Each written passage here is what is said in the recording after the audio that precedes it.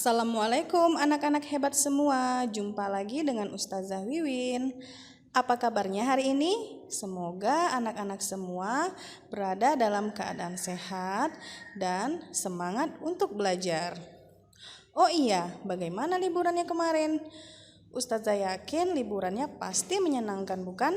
Dan tentunya anak-anak semua lebih bersemangat lagi untuk memulai awal semester genap ini.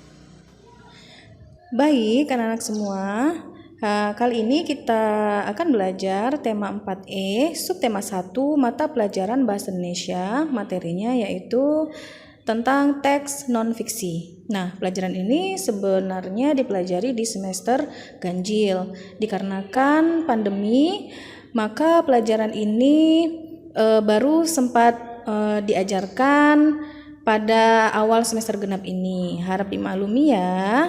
Baiklah, Nana Ustazah, sebelum belajar ada baiknya kita berdoa dulu ya. Bismillahirrahmanirrahim.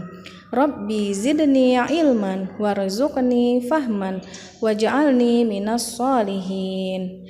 Baiklah, adapun tujuan pembelajaran kita pada kali ini adalah yang pertama, nantinya siswa mampu menggali informasi yang terdapat pada teks non-fiksi.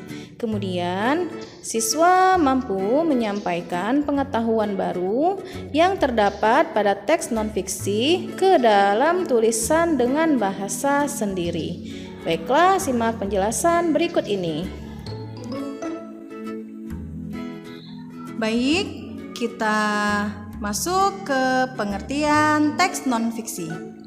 Teks non-fiksi adalah karangan yang dibuat berdasarkan fakta atau hal yang benar-benar terjadi atau nyata dalam kehidupan sehari-hari yang dituliskan menjadi sebuah cerita yang bersifat informatif. Teks non-fiksi mempunyai ciri-ciri yaitu cerita yang ditulis bersifat nyata dan sesuai fakta. Nah, contoh teks non-fiksi ini bisa kita lihat pada biografi tokoh pahlawan atau tokoh inspiratif lainnya, serta cerita-cerita sejarah.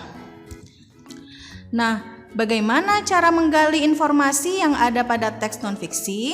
Nah, caranya yang pertama yaitu menjawab pertanyaan berdasarkan bacaan. Di sini, untuk menjawab pertanyaan terkait bacaan, bacalah teks suatu bacaan dengan baik. Untuk membaca dengan baik, suatu teks dapat menggunakan teknik membaca dalam hati untuk mendapatkan pemahaman secara mendalam terhadap suatu teks bacaan. Selain itu, dapat menggunakan kata-kata tanya seperti apa, siapa, bagaimana, kapan, mengapa, di mana, kemana. Dengan kata lain, untuk menggali informasi, kita bisa membaca dulu teksnya, kemudian kita mengembangkannya dengan membuat pertanyaan sendiri dengan menggunakan kata tanya 5W1H. Nah, setelah kita menggali informasi, tentunya kita ingin menceritakan kembali isi teks. Nah, bagaimana caranya? Untuk menceritakan kembali isi teks, buatlah kalimat inti setiap paragraf dari teks tersebut. Kemudian susunlah kembali teks tersebut menggunakan gaya bahasamu sendiri ketika membuat satu atau beberapa paragraf ringkas yang isinya mirip dengan teks asli. Nah, di sini anak-anak Ustazah, kalian harus memahami betul isi dari teks yang kalian baca sehingga kalian bisa memahami cerita dan nanti bisa menceritakan kembali isi cerita tersebut dengan gaya bahasa sendiri.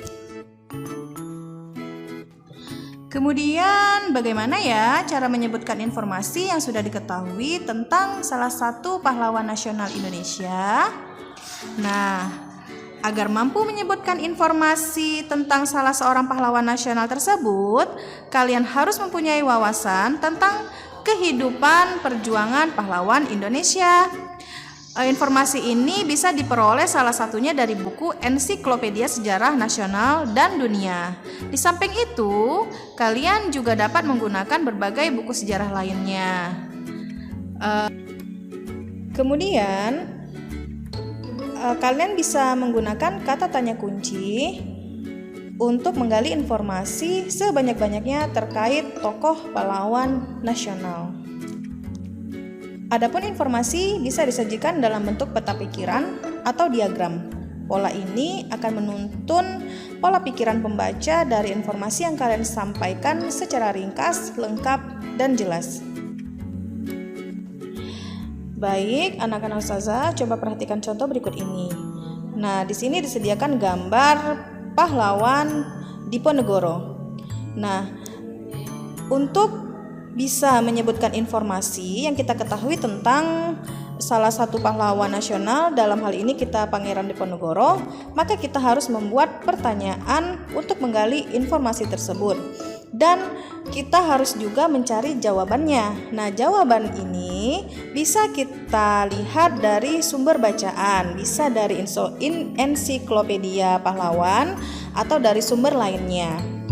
Nah, anak-anak bisa lihat sendiri pertanyaan-pertanyaan yang digunakan untuk menggali informasi sebanyak-banyaknya tentang Pangeran Diponegoro ini, yang nantinya akan mempermudah kalian untuk menyebutkan kembali isi dari bacaan yang kalian baca tentang Pangeran Diponegoro.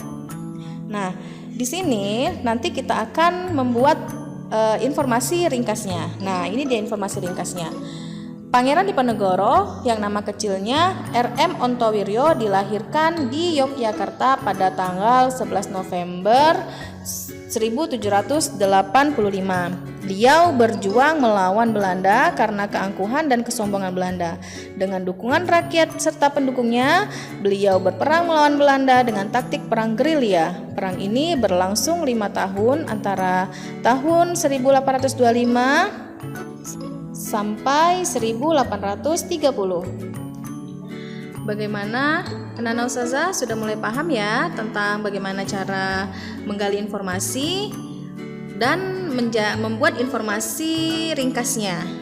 Baiklah anak-anak ustazah, sampai di sini dulu ya pembelajaran kita pada kali ini. Nanti ustazah akan beri tugas agar kalian lebih paham terhadap materi ini. Baiklah, akhir kata ustazah mengucapkan wabillahi taufik wal hidayah. Wassalamualaikum warahmatullahi wabarakatuh. Sampai jumpa di video selanjutnya.